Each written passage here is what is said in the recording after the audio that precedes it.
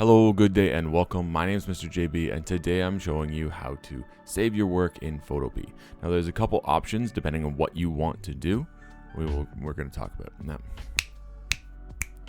Hello, good day and welcome. My name is Mr. JB and today I'm going to show you how to save your work in Photopea. It's pretty straightforward, it's pretty quick, but depending on what you want to do, there's a couple different options. So we're going to talk about that real quick. We end up going to File and we go down to Export.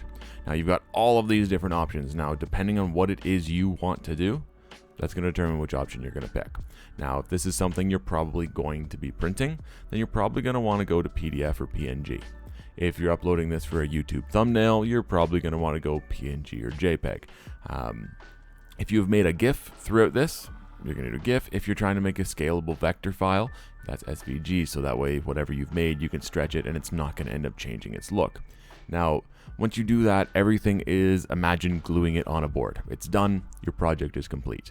Now, if you are saving it, but you want to come back to this work later, you still have some tweaks, you still have some things to do, you're going to go up here and you're going to save as a PSD. That stands for a Photoshop developer file. I'm pretty sure something or other, that's what it stands for. And that means that when you come back in, all of your layers, just like I have on my right side, are all there. Now, all of your history is gone, so you can't Control Z and undo or do anything like that, but all of your layers are there, all of your edits, all of your things, so you can still go in and make those adjustments and make those tweaks. So if you're trying to save, again, depending on what you want to do, those are kind of your two options. For me, again, if I'm coming back to this in a day or 2 days, I'm going to save it as a PSD just in case something happens. And then for me, when I upload my YouTube thumbnails, I usually make this a JPEG at the highest quality or a PNG at roughly around 80% because the file type ends up being too large for YouTube when I end up dropping them in. Now with that, that's all that this is. Really straightforward, really quick. Just an idea of what to do when you're choosing your saving.